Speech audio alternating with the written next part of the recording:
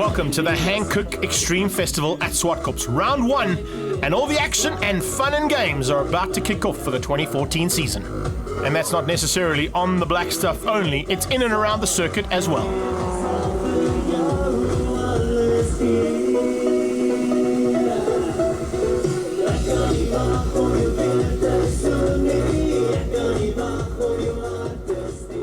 Welcome to round 1 of the Hankook Extreme Festival.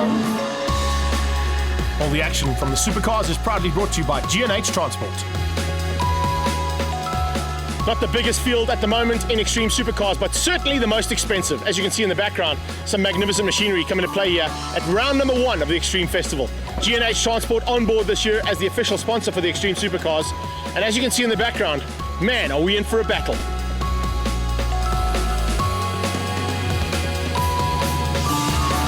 Charles Orangi's being pushed hard right from the word go by Anton Cronier in a very, very fast Subaru Works Impreza STI.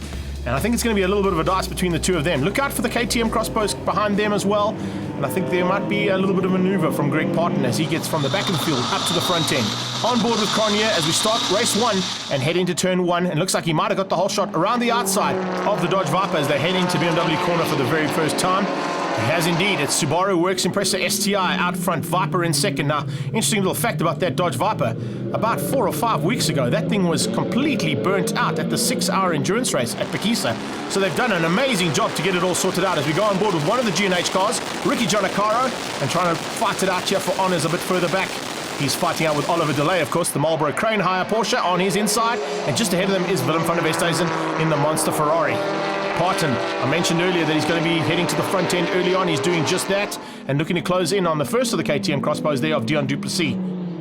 Jonathan Dutoy under pressure from Duplessis as they get up onto the brakes for Sassel Corner. The Ferrari 430 V8 really having to work double time now to keep out the attack from the more nimble KTM crossbow, I have to say, at this particular circuit. And speaking of nimble, wowee. 250,000 rands worth of material being thrown at that Subaru, and it's putting an 8.5 million rand Dodge Viper to shame right now. What is Orangi's going to do to close in on Cronier? The Ferrari sits in third place, comfortable at the moment. 2 KTM crossbows. Then it's the first of the G&H boys. And a great start there from Jimmy Giannacaro just further back there, looking out for the Monster Ferrari. Then even further back than that, Tuka Mechanicos fighting it out there. It looks like he's fighting out with the Shield Golf GTI. Now that should be driven by Smallberger, this time out by Heinz Berzer. And Berzer, he's in the thick of it. Behind them comes Mark Dutoy, and we go on board with him as we come out of Renexcon corner and through Speed and Sound Sweep. The Audi A4 absolutely flying at the moment, but unfortunately not quite the same kind of pace as what we've seen from that car in previous outings. His brother, though, seems to have third place pretty much wrapped up. He's got away from the 2 KTM crossbows as they head up towards Sassel Corner now. Nice outside shot here and a slightly different angle as we get into Sassel Corner of Dutoy at work in the 430. Paddle shift on that car is going to make it pretty easy job for the driver. Once again, a little bit further back here. Del Penny now involved in this battle too in the 350Z. He's now snuck up onto the tailpiece of that A4 Quattro. And Mark Dutoy's got his hands full. He's got a GTI 5 ahead of him, and he's got a magnificent 350Z on his tail, looking for a way through. Looks pretty hungry here, does Penny, as they get onto the braking markers. Let's see if he's able to make a move. The Giannacaro boys come down onto the braking markers. Oh, Jimmy's car, absolutely perfection. And what a way. Here we go on board with the old man. Look at that. Oh, so smooth. One hand through the corners. Goes into the gear change, and he looks like he's on a Sunday stroll here. Very similar style to what we see from the Stig, I'd have to say. Giannacaro, the loving life. Here come the leaders, though. And in the traffic, looks... Oh, the Subaru's run wide. Yes, indeed. Cronier's made a mistake, and that is going to allow Charles Orangi's an open door policy to get through to the lead, and that's it. That's all he needed. I don't think he's going to make that Viper any more easier to get past now. And unfortunately, it looks like Anton Cronier's slight mistake in traffic is going to cost him the first win of the season. Gianni Giannacaro side by side with Dion Duplessis. He makes it pretty simply through there on the KTM crossbow, who's slowing dramatically here. It looks like he's fallen by the wayside and is no longer involved in that battle. The checkered flag about to come out for the VFS Viper, who takes first blood at the Extreme Festival rounds of the Extreme Supercars. Remember, they've already had 2 outings this year at the Internationals at Zwartkops.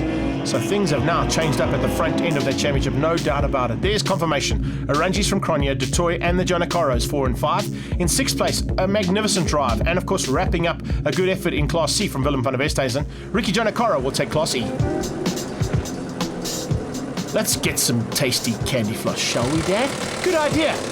While I work on the car, so that I can get it ready for race number 2. The rolling start, as always, in Extreme Supercars. A couple of cars not making it out here, unfortunately, for race number 2. Remember, this was over 2 days. First race was on the Friday, second race was on the Saturday, and as the lights go out, we drop down into turn 1. Who is going to have the whole shot? It's the Subaru. Hits the front, and he's going to be pushed hard now by the 430 of Jonathan du Toit. The Viper's not there, so it's up to Jono to try and take the fight and the hunt to the front end of this field. Wow, Parton with a much better start. Willem van der Westhuizen forcing Jimmy wide and brings Ollie Delay on the inside. Oh, I thought that was Jimmy, but it's actually the Ferrari. Jonathan du Toit has run wide out of an X-Con corner.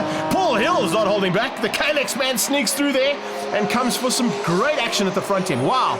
No holding back here in race number 2, is there? That is for sure. Ricky Giannacara, is he leading things out in the G&H Transport Factory?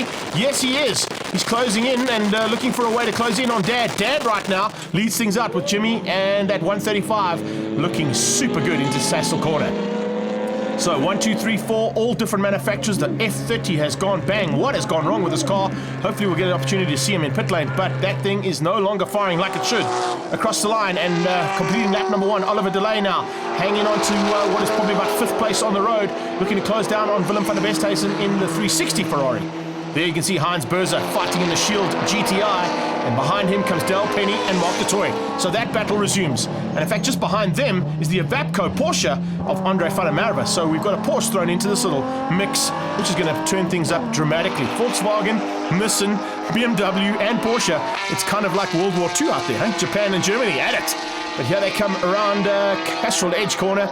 And it's 2 BMWs fighting for honours a bit further up the road. That is for about 11th and 12th place on the road. This is a bit further down than that. 13, 14, 15 and 16th place as du Toit looks to close in on Del Penny on the brakes.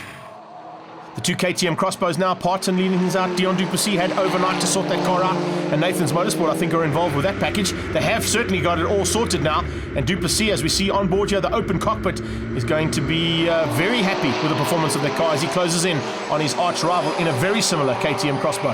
However, Anton Cronier at the front end is starting to disappear, and Dion Duplessis and Willem van der Westhuizen, who we just saw go through the shot there, do not have an answer to that absolutely amazing Subaru Works Impreza.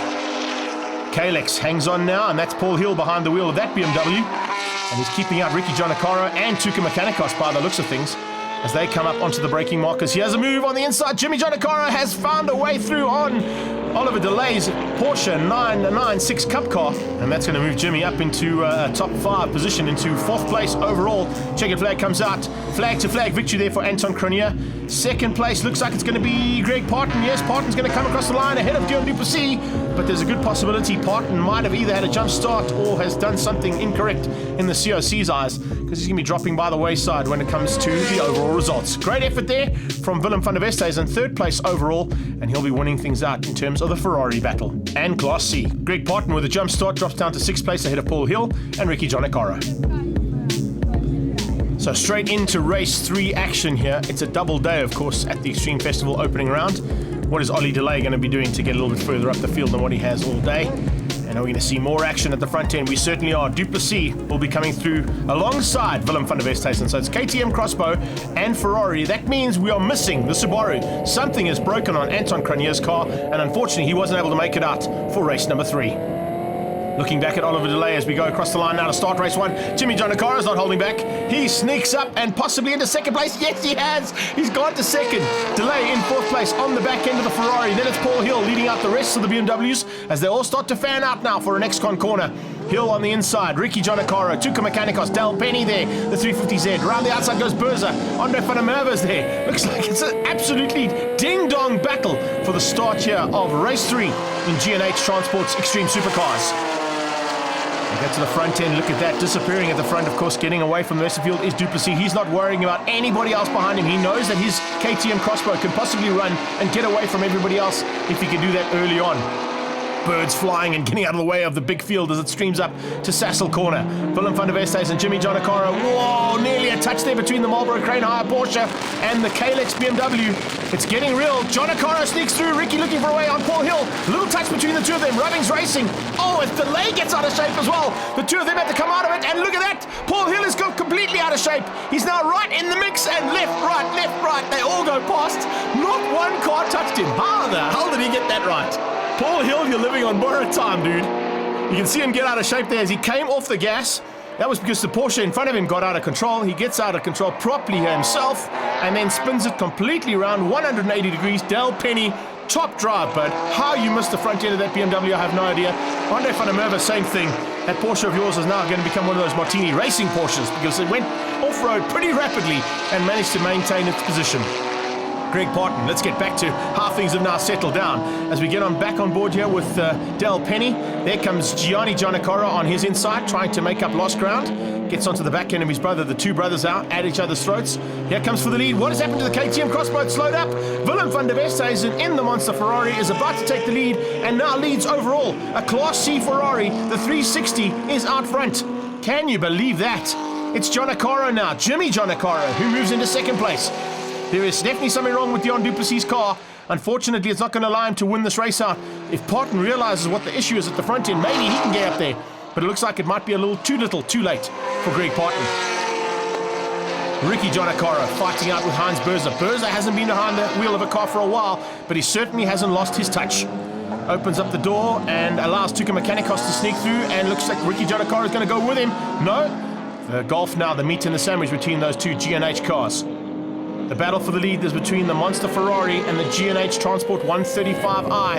And if I know what Jimmy Giannacora's plans are, it'll definitely be to get ahead of this Ferrari. The checkered flag is beckoning. They come out of the left-hander all the way down onto the straightaway, and hard braking. There's Villians Porsche. He moves out the way. Whoa, it's a block move there from the Ferrari to keep the BMW at bay, and it's Class C honours and overall to Willem van der Westhuizen. That man is going to be stoked with that result. What a way to end the day.